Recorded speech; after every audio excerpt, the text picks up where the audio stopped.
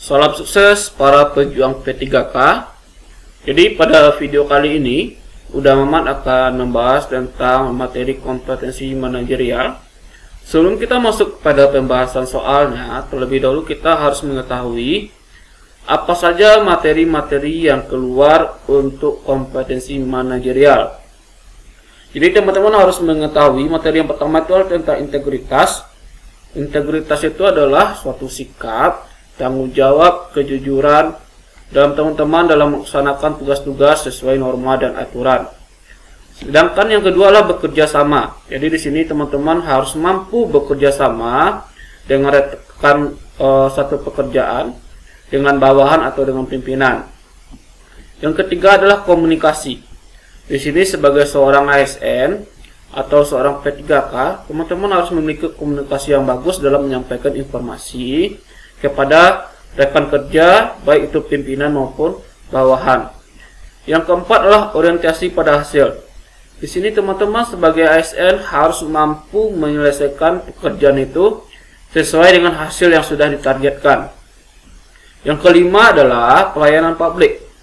Jadi di sini teman-teman sebagai ASN nantinya harus mampu melayani rakyat atau masyarakat dengan baik. Yang keenam adalah pengembangan diri pada orang lain. Jadi di sini adalah teman-teman harus mampu menerima kritikan, menerima masukan dari masyarakat atau dari orang lain. Kemudian yang berikutnya adalah mengelola perubahan. Di sini teman-teman sebagai ASN harus mampu menyesuaikan diri dengan perubahan yang ada, walaupun itu dengan teknologi, informasi yang ada dan sebagainya, atau perubahan pimpinan dan sebagainya. Yang terakhirlah pengambilan keputusan. Di sini teman-teman sebagai ASN akan dihadapkan nantinya dalam mengambil keputusan di saat keadaan yang genting, bagaimana teman-teman dalam mengambil keputusan yang terbaik untuk kepentingan masyarakat atau rakyat nantinya. Jadi untuk materi kompetensi manajerial itu ada sekitar 8 ya, 1 2 3 4 5 6 7 8. Jadi teman-teman harus menguasai ke-8 materi ini supaya nantinya mampu menjawab soal-soal kompetensi manajerial itu dengan baik. Mari kita selesaikan soal yang pertama ini. Di sini dikatakan Indah dan ketika rekan kerjanya mendapat tugas mendadak dari atasan dan harus diselesaikan dalam waktu 2 hari. Ini ada kata kuncinya, harus diselesaikan dalam waktu 2 hari. Pada saat deadline, ia sebenarnya sudah dapat menyelesaikan pekerjaannya karena ia sudah selesai.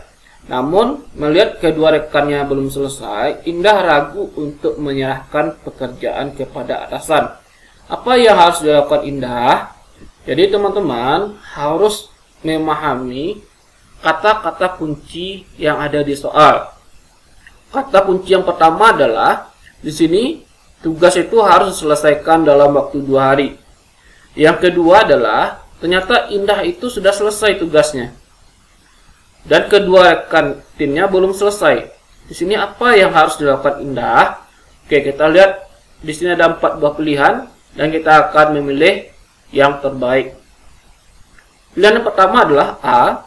Segera menyerahkan pekerjaannya tanpa bergabung kepada rekan kerjanya. Jadi di sini Indah bersikap konsisten. Konsisten itu artinya adalah ia menyerahkan tugasnya itu tepat waktu. Ini termasuk pada keadaan positif ya, kita checklist dulu. Yang B adalah lebih baik menunggu rekan kerjanya untuk menghindari anggapan tidak setia kawan. Di sini ada kata anggapan tidak setia kawan. Ini sifatnya negatif. Indah ini ingin dipuji atau Indah ini ingin terlihat baik di hadapan teman-temannya. Ini tidak termasuk yang terbaik pilihannya.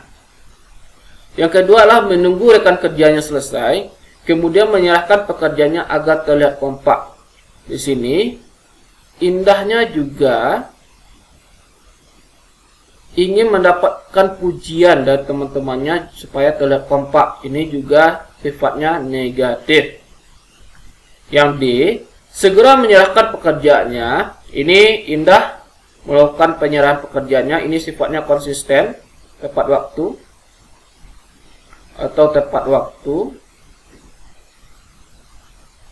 sekaligus melaporkan bahwa rekan kerjanya belum selesai. Ini sifatnya negatif. Negatif ya. Seharusnya si Indah tidak melaporkan kepada pimpinan, tapi si Indah membantu teman-temannya untuk menyelesaikan pekerjaan tersebut. Jadi dari keempat pilihan ini mana yang terbaik? Nih yang A yang terbaik. Yang poin 3-nya ada di D. Sedangkan poin 2-nya ada di B. Dan poin 1-nya ada di C. Oke, kita lanjut pada soal yang berikutnya. Mari kita bahas soal yang nomor 2. Di sini dikatakan, Ridwan diminta menyimpan dokumen penilaian kinerja seluruh karyawan PT Maju Lancar oleh manajemen karena mendadak harus pergi. Ridwan diberi pesan jangan dibuka karena datanya bersifat rahasia. Di sini katakan tidak ada seorang pun yang tahu bahwa Ridwan diberi kepercayaan tersebut. Dalam dokumen tersebut memuat data-data tentang pegawai yang dipromosikan. Jika Anda sebagai Ridwan, tindakan yang Anda lakukan adalah di sini Ridwan diminta untuk bersikap tanggung jawab dan menjaga kepercayaan dari pimpinannya. Jadi di sini kita akan menilai apakah Ridwan bertanggung jawab dan mampu menjaga kepercayaan dari pimpinan. Kata kuncinya ada di kata kepercayaan ini. Kalau kita perhatikan di sini, poin A, melihat dokumen tersebut khusus dokumen terhadap dengan diri Anda. Jadi di sini Ridwan melihat dokumen itu khusus untuk dirinya, ya, berkaitan dengan diri Ridwan sendiri. Ini dia tidak bertanggung jawab.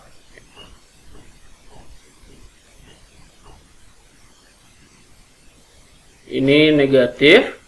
Yang B, melihat seluruh dokumen pegawai yang dicalonkan untuk promosi sekedar untuk mengetahui saja tanpa memberitahu orang lain.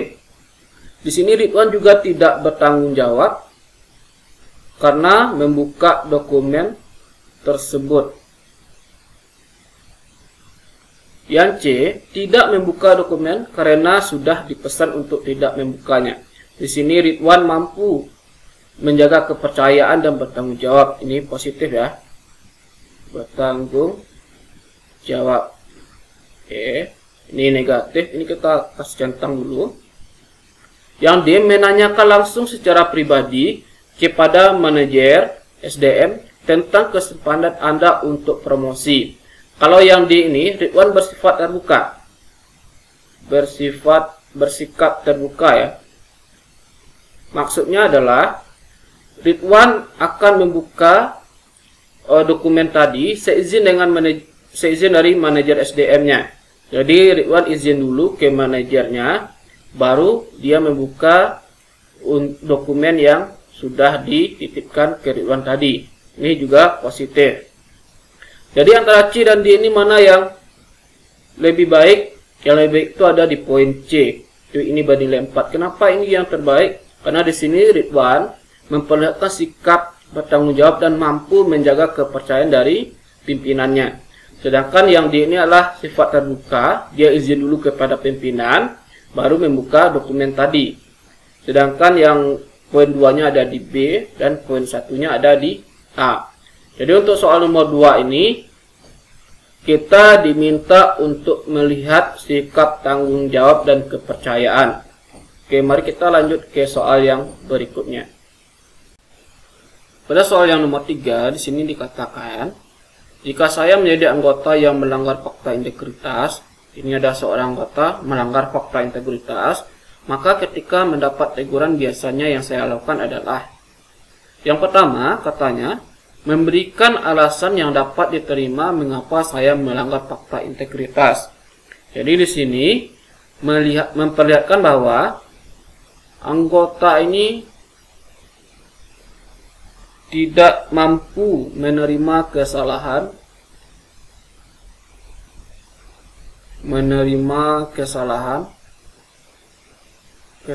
yang telah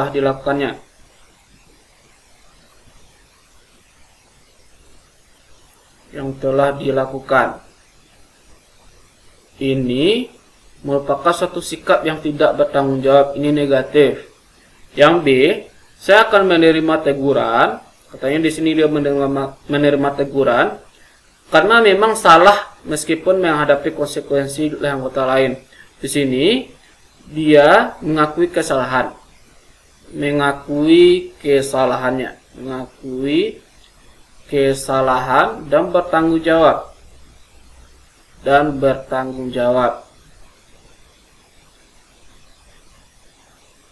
Ini sikap yang positif. Yang C, di sini dikatakan menemui pimpinan sebelum mendapat teguran. Jadi anggota ini dia sudah paham dulu dengan menyadari dulu kesalahannya, kemudian dia menemui pimpinannya sebelum dia mendapat teguran. Ini dia ada inisiatif. Ini ada sifat inisiatifnya ya, karena sudah mengetahui kesalahan yang sudah dilakukannya. Yang D, menunggu dipanggil dan mempersiapkan jawaban-jawaban yang akan saya berikan. Jadi di sini dia menunggu dulu. Ini tidak ada inisiatif. Ini positif sifatnya. Lalu mana yang terbaik antara B, C, dan D ini? Yang terbaik adalah yang D. Kenapa yang D? Karena dia di sini menyadari kesalahannya dan siap menerima teguran. Kemudian yang poin 3-nya adalah di C. Kenapa di C? Karena dia ini memiliki inisiatif untuk menemui pimpinan walaupun sebelum dia mendapat teguran. Sedangkan yang D, dia tidak memiliki inisiatif. Dan poin yang nomor 1 itu adalah poin 1 ada di A.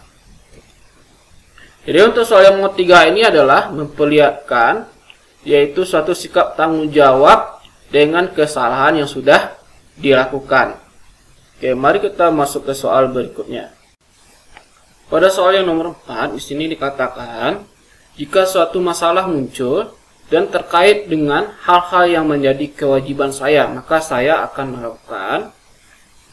Yang A ini adalah suatu sikap tanggung jawab. Ini poinnya adalah positif. Oke, kita checklist dulu. Kita lihat mana yang terbaik dari poin-poin yang lainnya. Sedangkan yang B, mencermati dulu apakah saya terlibat di dalamnya. Ini juga suatu sikap positif. Ini namanya introspeksi diri.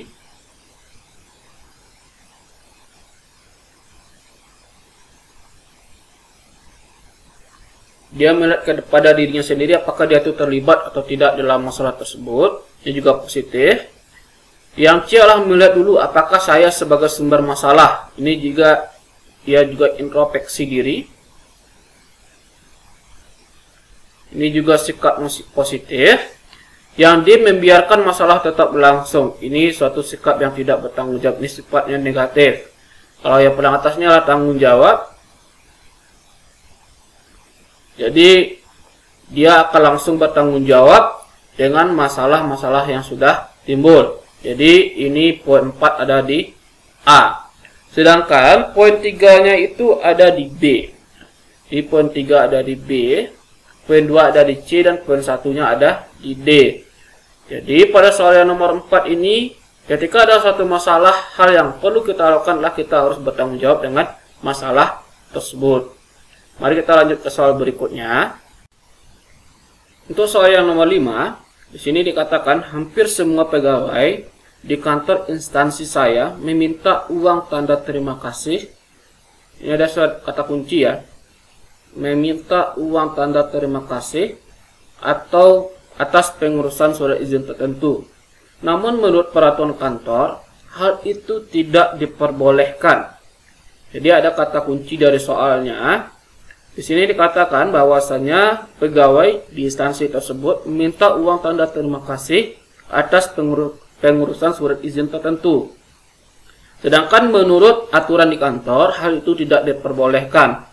Maka yang harus saya lakukan adalah pada poin A, di sini dikatakan melakukan hanya jika terpaksa.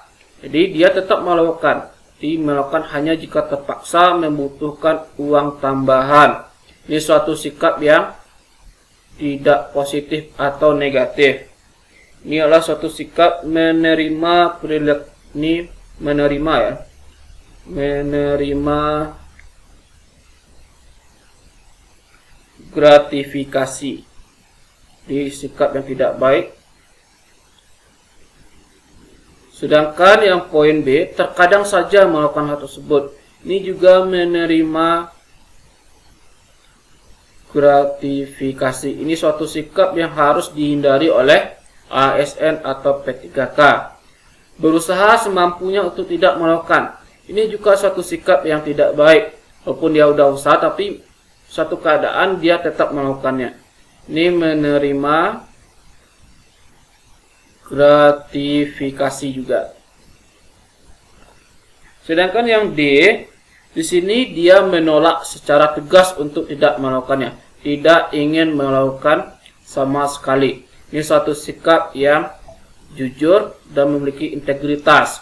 Di mana yang poin terbaiknya itu adalah terletak di D, itu poinnya 4. Sedangkan yang poin 3 ada di C, poin 2 ada di B, dan poin 1 ada di A. Jadi, yang soal nomor 5 ini memperlihatkan bahwa ASN dan P3K itu tidak boleh menerima gratifikasi dari tugas yang sudah dilakukannya untuk rakyat. Demikian penjelasan dari soal-soal manajerial, kompetensi manajerial yang sudah kita bahas. Semoga bisa bermanfaat. Udah Mamat tutup video ini dengan mengucapkan Assalamualaikum warahmatullahi wabarakatuh.